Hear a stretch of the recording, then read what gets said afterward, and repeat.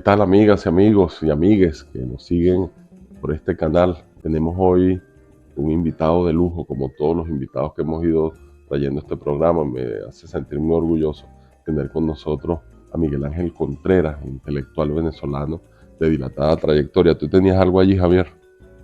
Sí, bueno, básicamente para saber con quién vamos a hablar hoy, Miguel Ángel Contreras Natera es sociólogo con doctorado en el Centro de Estudios del Desarrollo.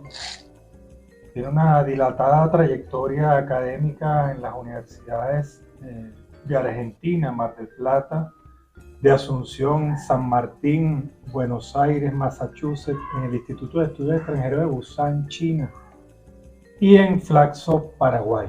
Lo más interesante para nosotros, para conversar con Miguel Ángel hoy, son sus obras, su Y tiene trabajo. espesa obra escrita. Y tiene por lo menos 4 trabajos sustantivos sobre el proyecto neoconservador, la geopolítica del imperialismo, el neoliberalismo y los problemas de ciudadanía a escala mundial con relación al postneoliberalismo. Miguel Ángel, bienvenido. Bienvenido. ¿Y por qué no empezamos en orden cronológico alrededor de su obra para que él vaya desgranando un poco cuál ha sido su trayectoria intelectual en el pensamiento? Es decir, cómo ha ido constituyendo su forma de pensar, cómo la ha ido universalizando. Aquí yo tengo este libro, me parece interesantísimo y además la portada muy bonita para que ustedes después, muchachas y muchachos, lo copien, ¿no? Y este libro de Miguel Ángel, Una geopolítica del espíritu, y comentas a Leo Strauss la filosofía política como retorno y el imperialismo estadounidense. ¿Qué es esto, Miguel Ángel? ¿Cómo se come esto? ¿De qué se trata esta obra tan densa que tiene un poco de capítulos y tiene varios folios, mira, hoja más hoja? ¿Qué escribiste tú aquí? Por favor, explícame, Miguel Ángel. Bueno, ante todo, gracias Juan, gracias Javier por la invitación.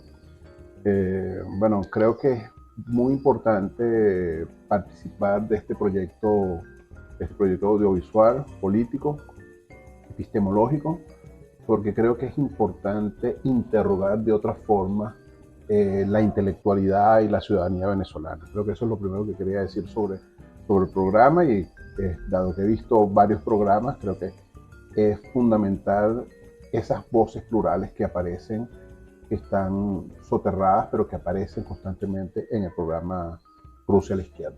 Es lo primero que quería decir. Lo segundo que quería comentarles tiene que ver exactamente con la portada del libro, ¿no?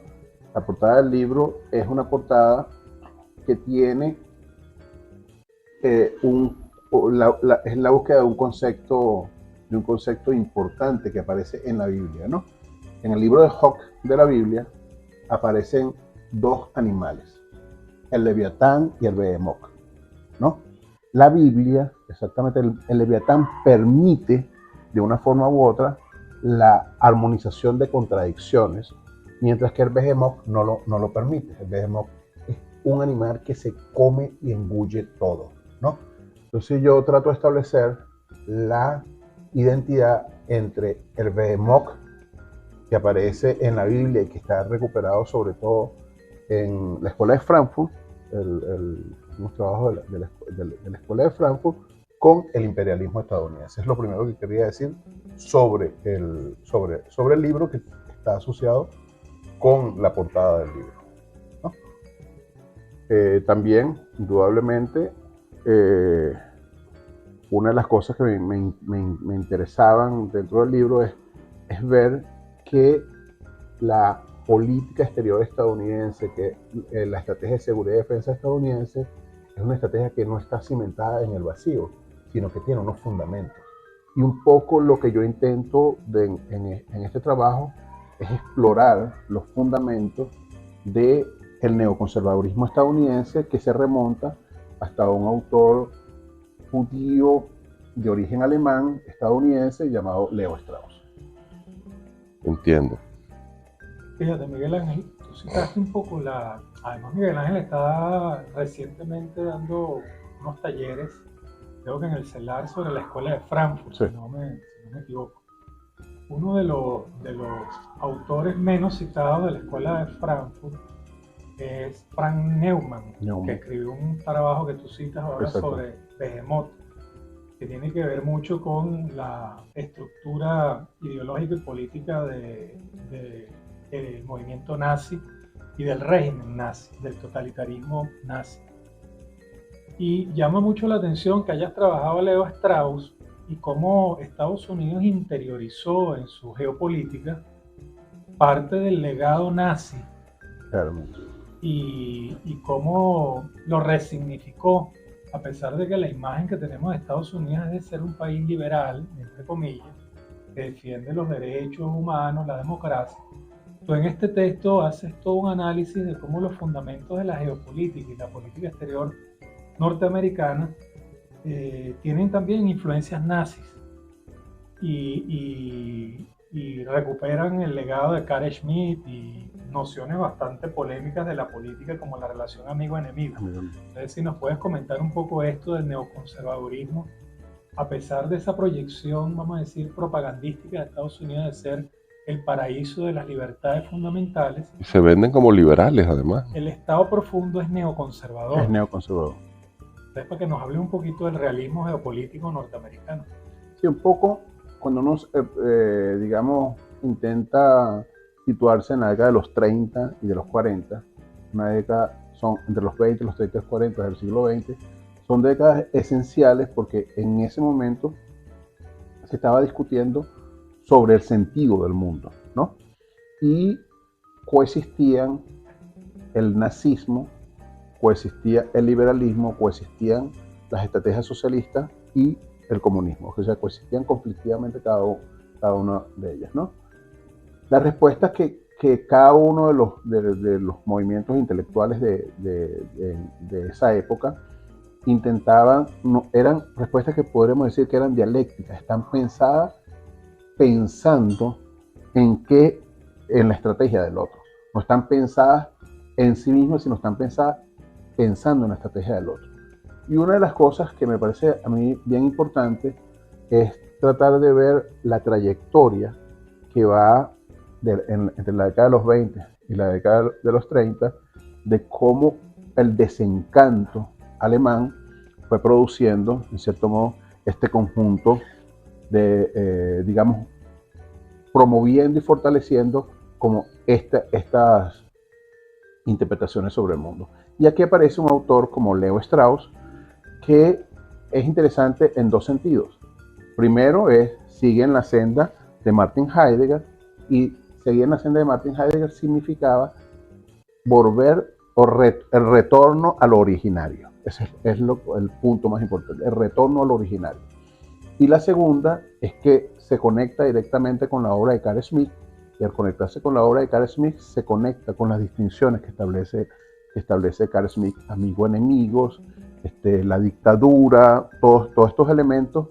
Y estoy hablando de dos autores que no quisiera colocarlos como nazis en el sentido estricto de toda la propaganda que existe sobre los propios autores, porque en cierto modo estaría recayendo en lo que un filósofo italiano llamado Danilo Solo llama la justicia de los vencedores. Esa es la visión que han tenido los otros sobre autores como Carl Schmitt y Martin Heidegger, ¿no? Pero lo importante en este caso es ver que Leo Strauss comienza a elaborar su obra sobre la base de que él debe ocultar lo que está escribiendo, de que él debe disimular su propia posición ante el mundo, ¿no?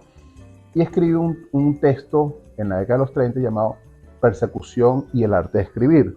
En ese texto él va desarrollando como los perfiles de una obra que está pensada en tomar lo popular, la doxa, y tomar, digamos, lo encriptado, los saberes esotéricos, y hacer a partir de allí una distinción, ¿no? Entonces creo que en este caso un autor como Strauss es importante porque encubre sus propios planteamientos cuando los está formulando. Bueno, vamos a seguir aquí en este cruce de la izquierda con Miguel Ángel Contreras, intelectual venezolano, y Javier Bierdó, que nos acompaña siempre como parte del programa. Ya venimos.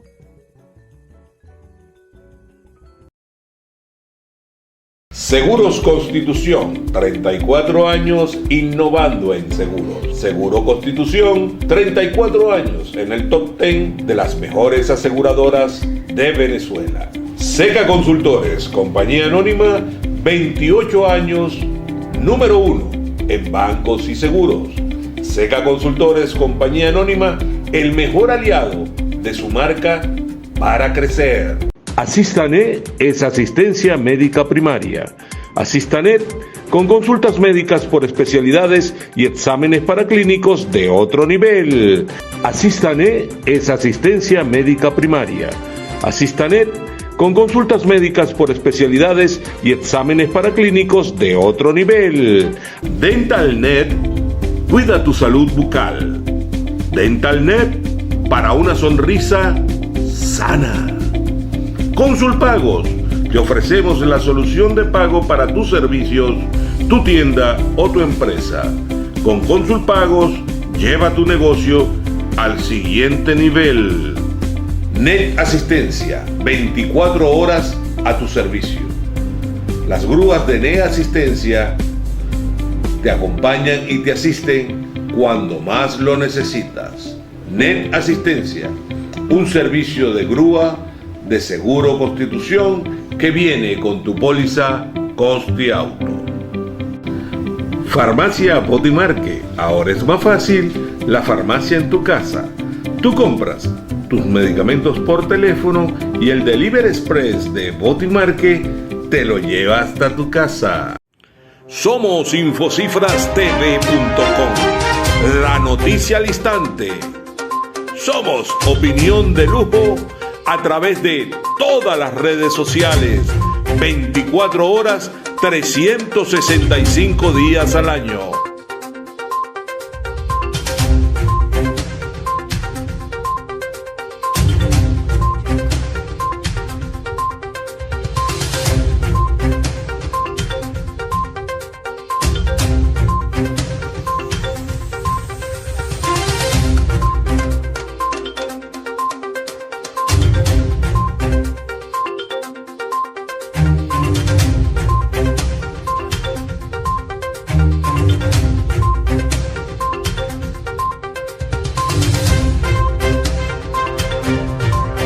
Somos Infocifras TV. Visita nuestras redes sociales. Suscríbete a nuestros canales y si te gustan nuestros videos, no olvides darle like.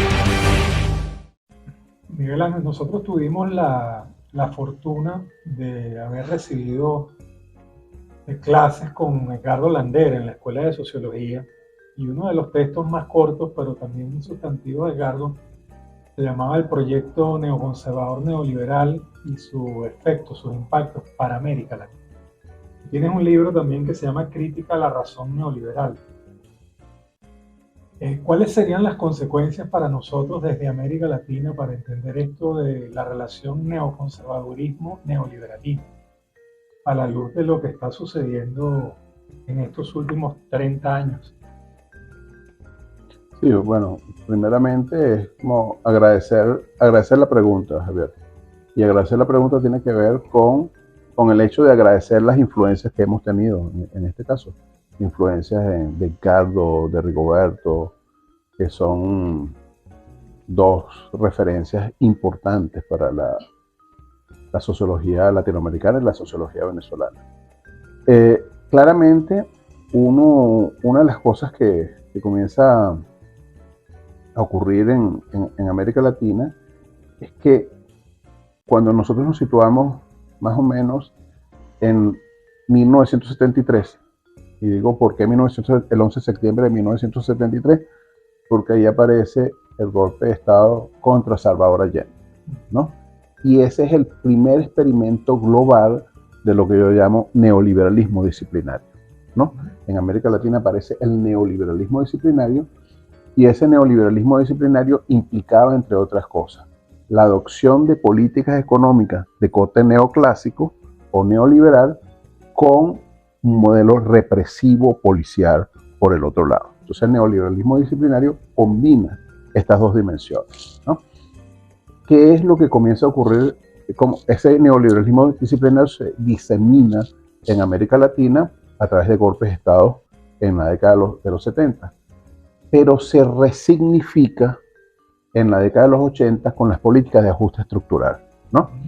Entonces, aquí hay lo que uno podríamos llamar un maridaje entre el neoconservadurismo y el neoliberalismo en América Latina, porque si bien son movimientos políticos aparentemente contrarios, uno hace énfasis más en la economía y otro hace más énfasis en la política, terminan complementándose si uno ve los orígenes de aquel célebre, digamos, documento que se llama La crisis de la democracia, escrito por Samuel Huntington, que es, digamos, el corolario de este proyecto de mediano y largo plazo en América Latina. Cuando nosotros vemos ahora la década de los 80 y los 90, vemos los intentos de llevar el neoliberalismo a hacer unas reformas estructurales y después convertirlo, sobre todo a partir de la década de los 90, convertir el neoliberalismo en una especie de sentido común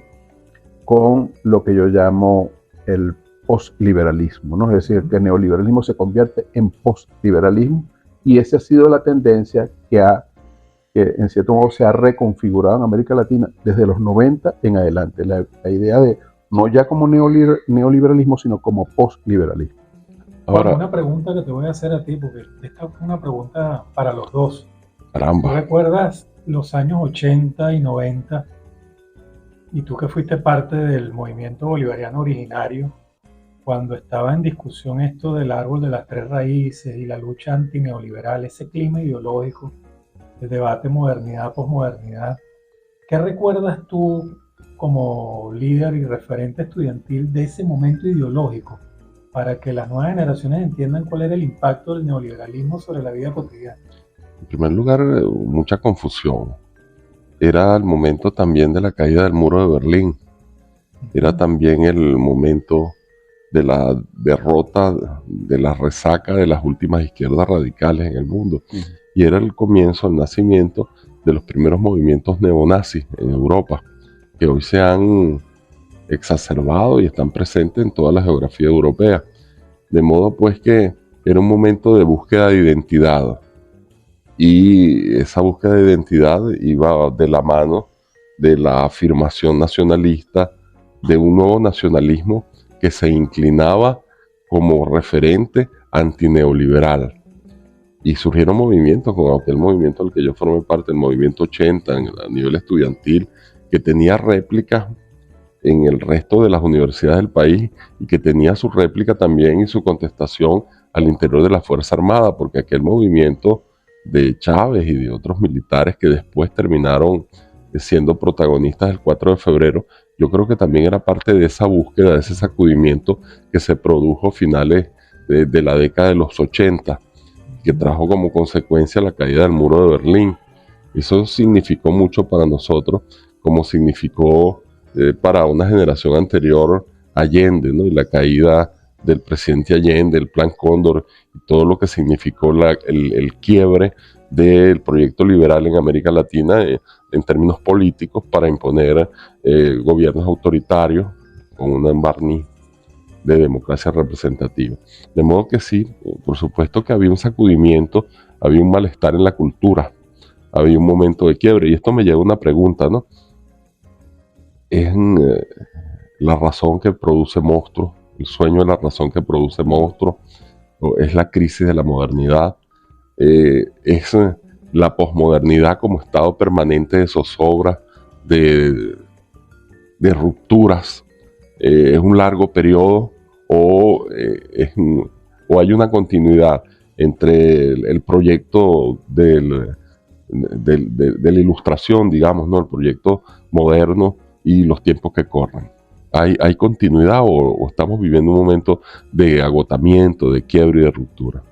Sí, yo partiría de lo último que estás afirmando, Juan, que está asociado a que de una forma u otra creo que el debate que se inicia aquí en América Latina es un debate sobre el agotamiento, también el agotamiento del proyecto moderno. ¿Y por qué el agotamiento del proyecto moderno? También hay como sus estrategias interpretativas, estoy pensando en los estudios culturales, los postcoloniales, una cierta posmodernidad periférica que comienza a aparecer aquí en América Latina, que en cierto modo evidencia el agotamiento del proyecto moderno. Sin embargo, creo que me parece bien importante la cartografía que haces de ese momento histórico, porque creo que, bueno, nosotros de una forma u otra, Javier y yo, participamos en una discusión al final de la década de los 80, a principios de la década de los 90, y esa discusión tenía que ver con, pensando en la caída del muro de Berlín, el fraccionamiento de la Unión Soviética, estoy pensando en algo tan simple: ¿qué significaba ser de izquierda en ese momento para nosotros? ¿Qué significaba el pensamiento crítico en ese momento de confusión y profundamente convulso? Un poco es para... Sí, cómo autogenerar una identificación en un momento de pérdida de los referentes duros, ¿no? Uh-huh.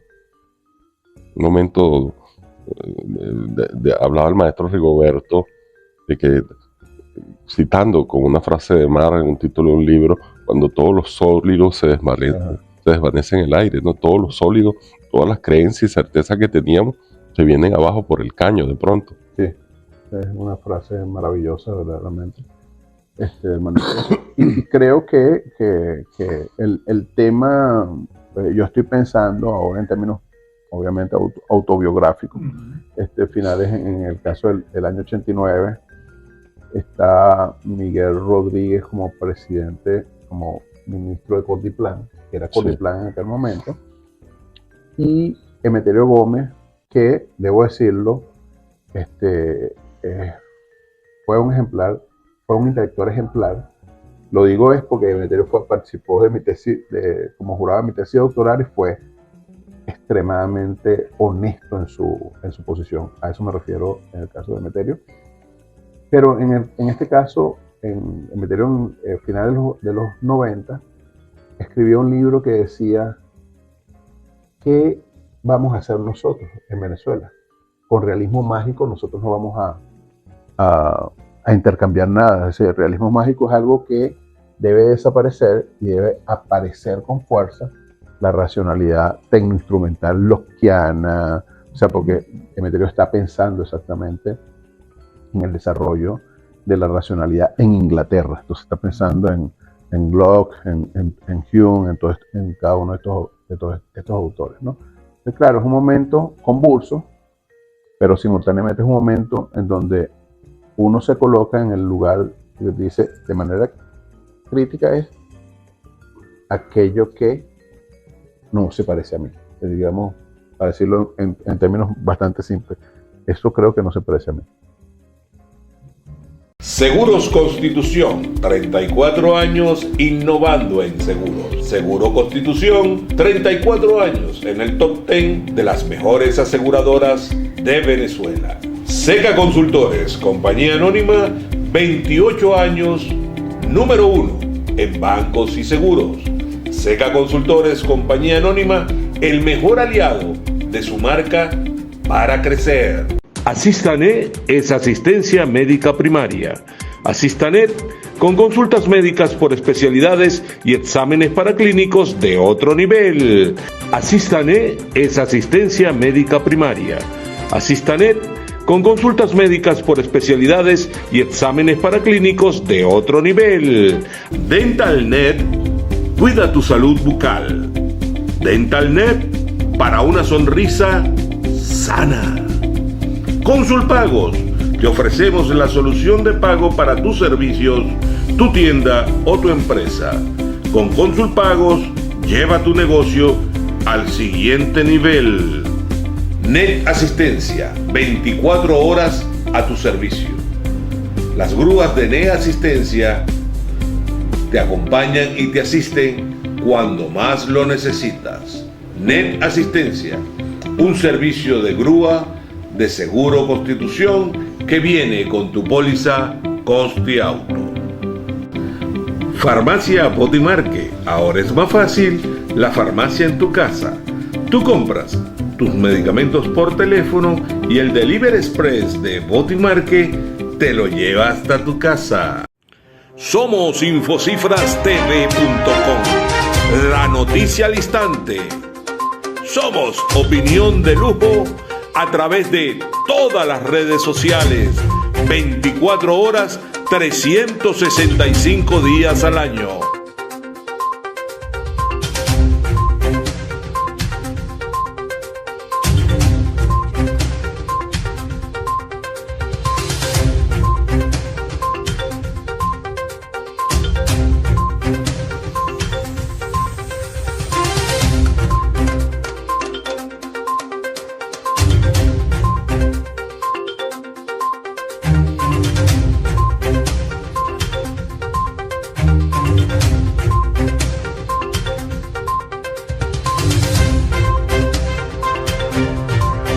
Somos Infocifras TV. Visita nuestras redes sociales. Suscríbete a nuestros canales y si te gustan nuestros videos, no olvides darle like. Javier y Miguel, mucha gente dirá, bueno, como interesante esta discusión sobre la posmodernidad y la crisis de la razón, el quiebre de los referentes, pero ¿cómo se come eso en la vida diaria, en la vida cotidiana, en América Latina, en el caso concreto de una América Latina que pareciera estar buscando su camino, que un día se inclina hacia la derecha, ahorita hay como un retorno del péndulo hacia una cierta izquierda, digo una cierta izquierda porque es una izquierda que todavía clama por ser caracterizada, y en el caso concreto de Venezuela, en una territorialidad que no consigue como su definición. Cuando uno ve los programas políticos de los candidatos, de los precandidatos, como que todos son iguales. Yo pongo siempre esta metáfora que inventé para mi propio uso, estos vidrios de seguridad que aparecen en las películas policiales donde colocan a los malandros para que tú los identifiques. Ellos no saben que tú los estás viendo. Tú los estás viendo, entonces los ponen a caminar hacia la derecha, hacia la izquierda, de frente, de perfil. Me pones a todos los candidatos detrás de ese vidrio de seguridad. Yo no sé cuál fue el que me robó la cartera, ¿no? Toditos se parecen, toditos dicen lo mismo. Hay como una unanimidad, un coro de 1000 voces, pero todos cantan en el mismo tono. ¿Eso qué tiene que ver con la reflexión que tú haces en relación a este quiebre de la razón y esta crisis de modernidad que se produce en América Latina y también en Venezuela? Sí, cuando uno por lo menos habla de la crisis de la razón, uno está hablando también de la crisis de la idea del progreso. Está diciendo que las certezas que nosotros teníamos acerca del futuro se han desvanecido completamente. Y si no hay certezas respecto al futuro, entonces eso querría decir, en términos postmodernos, de que vivimos una especie de eterno presente. Y si vivimos un eterno presente es como una película que se repite y se repite sin cesar, pero que no tiene ninguna salida, ¿no? El mundo se hizo, la vida se hizo cíclica. Se hizo cíclica, entonces el eterno presente sería lo que Jameson llamaría, siguiendo a Lacan, llama la esquizofrenia. Entonces estaríamos en un momento esquizofrénico. Entonces, ¿qué significa eso? Significa que las estrategias políticas son estrategias publicitarias principalmente, es marketing principalmente. Yo debo persuadir al otro de que esta oferta que estoy haciendo, que no es una oferta que tiene que ver con un sentido trascendente del país y de la política, sino que es una oferta que tiene que ver con cosas muy, pero muy banales, sobre características del candidato, sobre las características que más nos gustan de un candidato en un momento determinado, ¿no? Entonces, la crisis de la razón también es la crisis de la política, de ese sentido trascendente de la política, de ese sentido que en algún momento tuvo la política de transformar al mundo. El marketing te lleva exactamente a mirar la política como, estrictamente como cálculo. Entonces, el cálculo supone que hay como un juego de fuerzas, pero que ese juego de fuerzas no implica salirse de los bordes de este. Sí, es como una oferta para un público, para complacer, ¿no? Una demanda, más que una propuesta política para transformar, para convencer. Y otros dicen que es peor, Juan. Dicen que es una oferta que quiere producir una demanda. Es decir, ahorita, para ponerte un caso, tú que has trabajado el tema de la producción de subjetividad, pareciera, después de ese texto también que analiza Miguel Ángel del fin de la historia de Francis Fukuyama, que todos los candidatos personifican opciones dentro de un mismo relato que es neoliberal. O sea, ¿cuál es el mejor candidato para hacer el performance neoliberal? Para que sea potable para la sociedad masificada. No es un conflicto de rivalidades ideológicas como en la década de los 50 y 60, donde había proyectos antagónicos, sino que la matriz o el guión de fondo es el neoliberalismo y la apelación al público para la votación es cuál de estos candidatos quieren ustedes que sea el que ejecuta el programa neoliberal. ¿Quién de todos recita mejor el mismo poema? Exactamente. Y ahí estamos en una fase precisamente de crisis de la razón sustantiva, porque pareciera que todo se redujo a razón neoliberal. El razonamiento de fondo de los políticos es vendernos la idea de que el mercado va a solucionar en última instancia todos los problemas y que los políticos son gestores de los asuntos colaterales al mercado, que cada vez son menos. Y de hecho a eso ha contaminado e intoxicado también a los llamados movimientos progresistas. Los progresismos son de alguna manera mejores administradores sociales del neoliberalismo. Sí. O neoliberalismo con rostro social. O con sentimiento de culpa, más bien, ¿no? Con un asiento así, culposo. Pero fíjate que neoliberalismo culposo. Cuando uno habla de cruce a la izquierda y progresismo, uno se pregunta, bueno, los progresistas, si la posmodernidad es el agotamiento de la idea de progreso, ¿qué papel juegan los progresismos en este agotamiento de la idea de progreso? ¿Realmente estamos progresando o simplemente estamos viviendo ese eterno retorno de lo mismo con diferentes versiones, pero que son lo mismo en última instancia? ¿Cómo lo ves, Miguel? Sí, bueno, creo que Javier lo dijo perfectamente todo allí, cuando dice, bueno, el tema es que hemos establecido una identidad entre el mercado, que esa misma identidad en el campo de la política, la sociedad política, ¿no? Esa identidad se estableció. Ahora, lo que tenemos es no política sustantiva, no tenemos una ética política, o sea, todos estos elementos desaparecen del debate político y comienza exactamente la gestión política. Y la gestión, yo diría, está allí, hay un autor francés que le llama eso metapolítica o pospolítica también, es decir, es el fin de la política, es decir, ya no hay política porque no hay diatriba, no hay diferencias, las diferencias son diferencias de forma alrededor de un marketing político, pero no hay diferencia de forma respecto a un proyecto sustantivo y trascendente de transformar la sociedad en un momento determinado.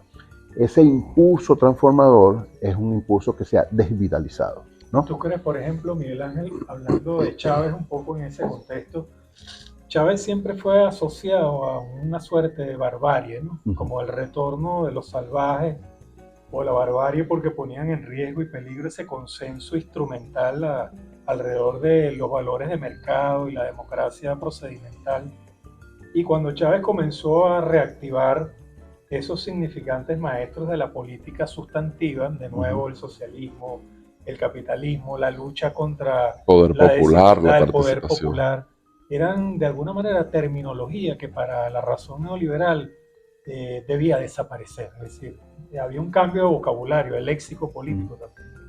Y a mí me llama mucho la atención que los progresismos, es decir, esta segunda época de la izquierda que trata de ser potable con la agenda de reestructuración geopolítica mundial, pareciera que vuelve a caer en la tentación de olvidar ese debate sustantivo y volverse de nuevo más potables, instrumentales, más gaseosos. Se da concesiones a favor del discurso de moda, el discurso globalizante, que no es otro que el discurso de mercado.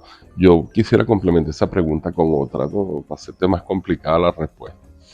Pero es que de verdad hay salida más allá del mercado. O el mercado se convirtió en el fin de la historia, el mercado se convirtió en el fin en sí mismo de la política, y no es posible salir de la lógica del mercado que ya se subsumió en la política y convirtió a la política también en parte de su lógica. Es posible salir del mercado, más allá, una otredad. Es decir, se puede pensar en la construcción de un proyecto eficaz, con eficiencia política y eficiencia en términos de la vida cotidiana, de los mundos de la vida, que de verdad vaya más allá del mercado, o tiene razón realmente, finalmente, a pesar de nuestros murmullos y de todos nuestros refunfuños, tienen finalmente razón los neoliberales y los defensores del mercado.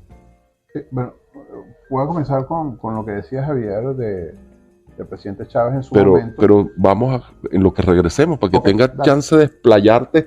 Lo que viene es dinamita. No te vayas aquí en Cruce a la Izquierda.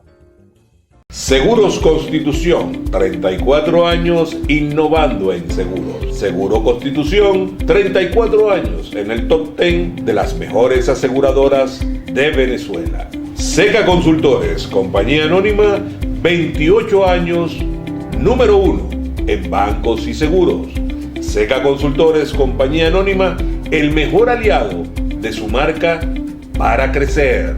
Asistanet es asistencia médica primaria. Asistanet con consultas médicas por especialidades y exámenes paraclínicos de otro nivel. Asistanet es asistencia médica primaria.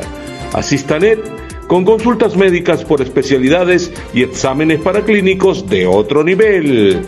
DentalNet, cuida tu salud bucal. DentalNet, para una sonrisa sana. Consulpagos, te ofrecemos la solución de pago para tus servicios, tu tienda o tu empresa. Con Consulpagos, lleva tu negocio al siguiente nivel. Net Asistencia, 24 horas a tu servicio. Las grúas de Net Asistencia te acompañan y te asisten cuando más lo necesitas. Net Asistencia, un servicio de grúa de Seguro Constitución que viene con tu póliza Costi Auto. Farmacia Botimarque, ahora es más fácil la farmacia en tu casa. Tú compras tus medicamentos por teléfono y el Delivery Express de Botimarque te lo lleva hasta tu casa. Somos infocifrastv.com, la noticia al instante. Somos opinión de lujo a través de todas las redes sociales, 24 horas, 365 días al año.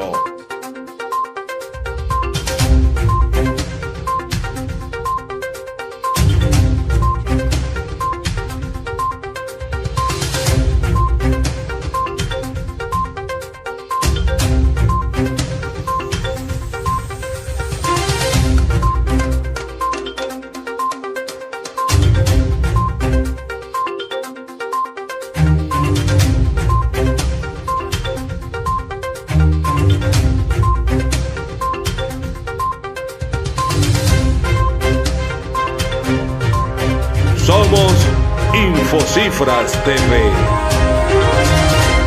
Visita nuestras redes sociales.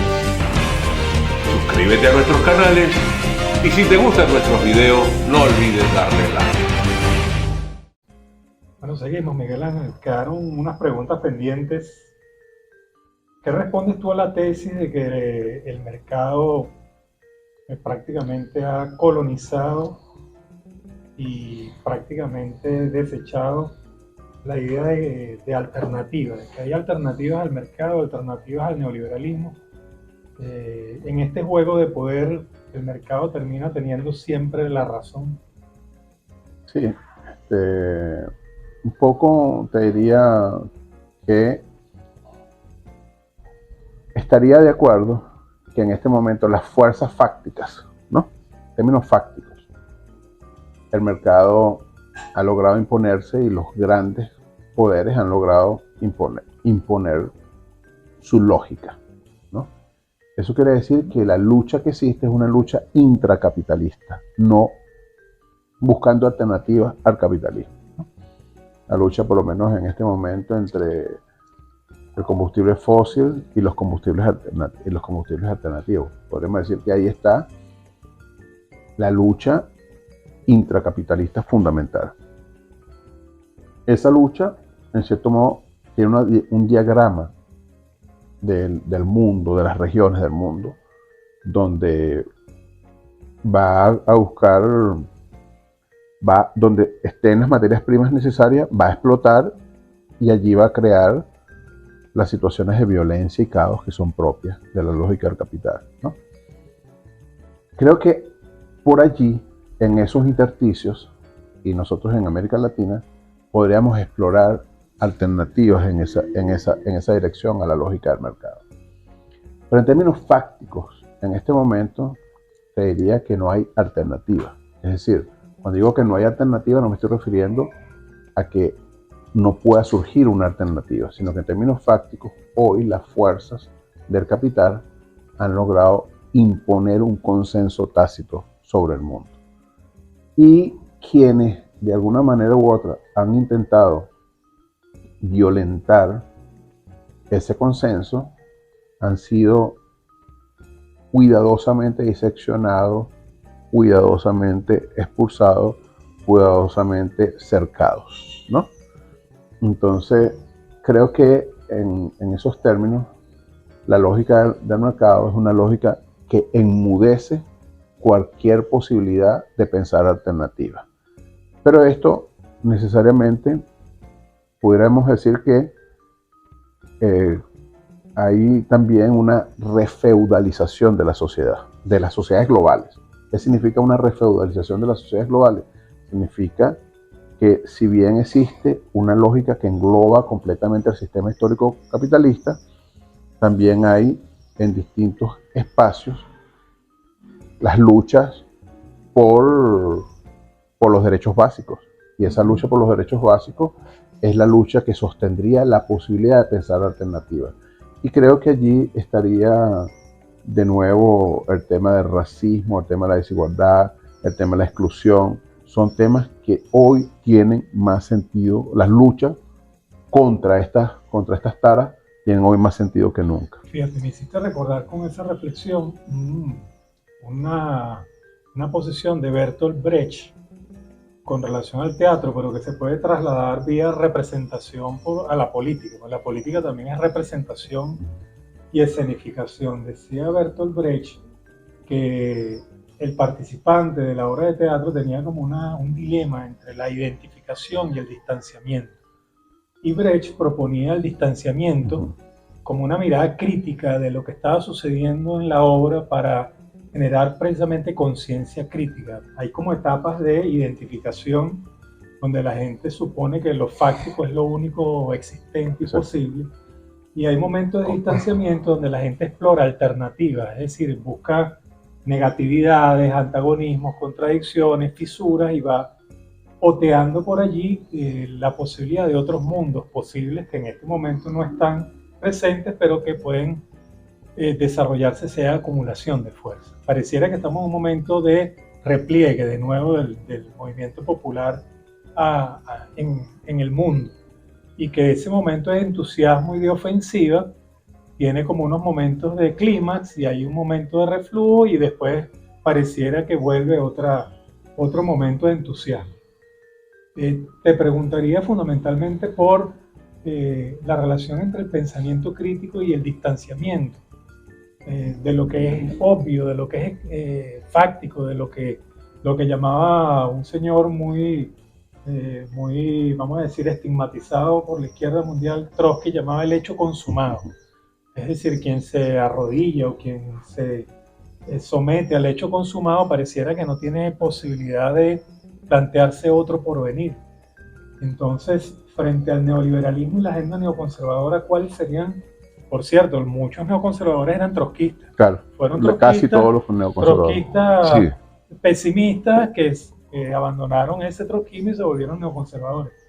De manera que el trotskismo tiene también una pata muy coja en la historia, por si acaso. Pero Trotsky dijo algo interesante, eso de el que se arrodilla ante el hecho consumado pareciera que pierde cualquier posibilidad de futuro, de porvenir. ¿Cómo ves tú las luchas, Miguel Ángel? Porque en fin de cuentas las relaciones de fuerza son relaciones de luchas. ¿Volverán oleadas de indignación y protesta frente a este mundo consumado, el espectáculo consumado del mercado único, del discurso capitalista como hegemón?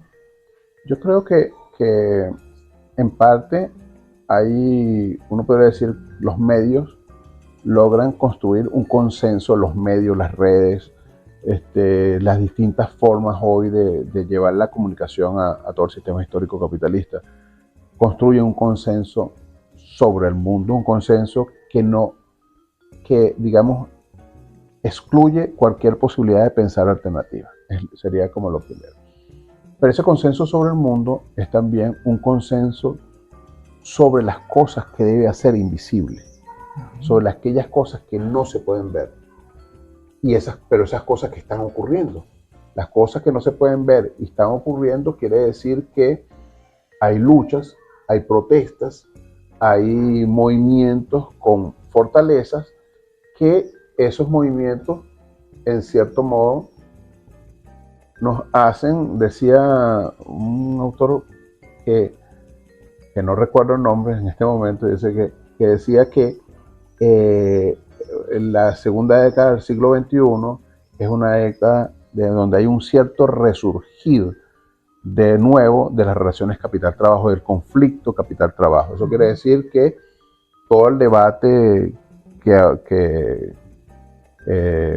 postmoderno en cierto modo cedía de nuevo a estas formas de lucha que están centradas en el trabajo, en la valorización del trabajo. Creo que lo más importante sería ver cómo conectar todas esas luchas que están ocurriendo a nivel global en distintos lugares de América Latina, que son resistencias por el territorio, son resistencias por las culturas, son resistencias por esa relación entre territorio y cultura, porque son resistencias contra las ocupaciones de las grandes corporaciones para la explotación de materias primas, ¿no?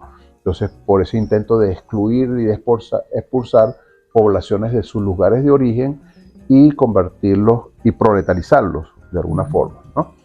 Entonces, esas luchas están ocurriendo y esas luchas tienen una cierta fuerza, solo que son invisibles en este momento. Yo diría que lo más importante en este caso es ver que estas luchas son invisibles, y son invisibles por el consenso que existe alrededor de los grandes medios de comunicación en establecer cuál es la agenda político-comunicacional, la agenda del espectáculo en la cual nosotros debemos discutir. Y esa agenda pasa por discutir cosas de farándula, por discutir cosas de distintos tipos que tienen escasa relevancia, pero que obligan a la gente por cantidades de informaciones que nos llegan a nosotros por los smartphones, a discutir exactamente esa agenda, que es una agenda contraria a la agenda de las necesidades que tienen las personas de forma cotidiana. Fíjense, amigos, este debate da para largo. Este debate... ¿Qué pasó con mi cámara? Hola. Ajá. Este debate da para largo, da para rato, y nosotros nos vemos obligados a hacer un segundo programa con Miguel Ángel Contreras para no quedarnos así en coma alta. Cuando la gente está esperando más respuestas, se nos acaba el programa. Entonces ya venimos, cuando la semana que viene, el lunes de la semana que viene, regresamos con el mismo personaje, con Miguel Ángel Contreras, Javier Verdú y este servidor Juan Barreto, para seguir conversando de la crisis de la modernidad y de la razón en los tiempos que corren.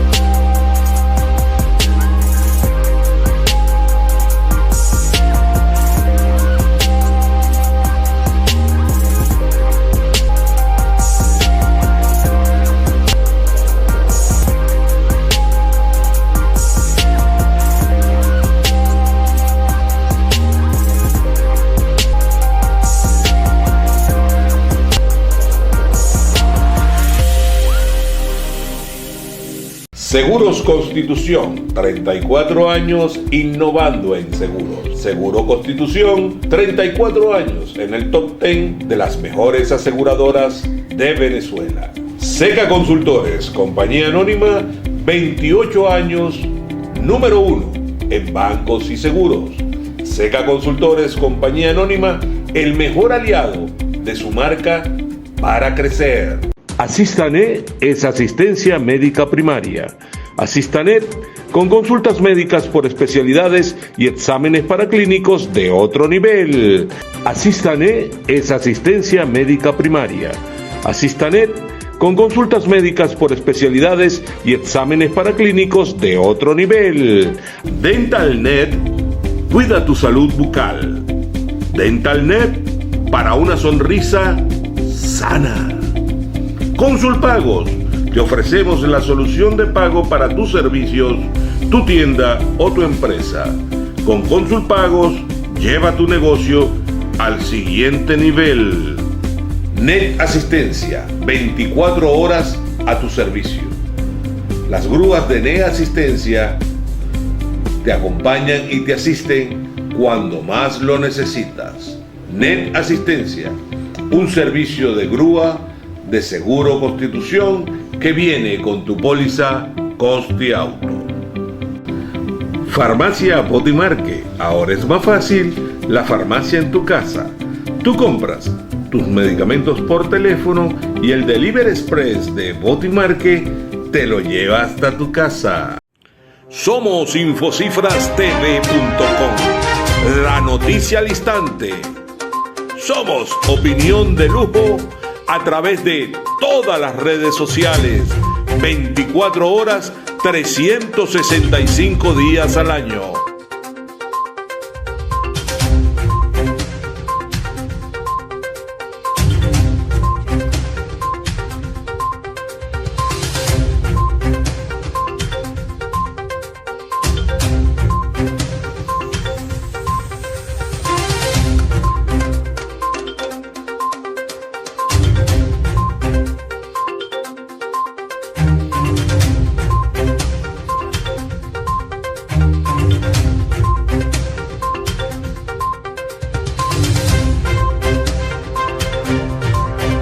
Somos Infocifras TV.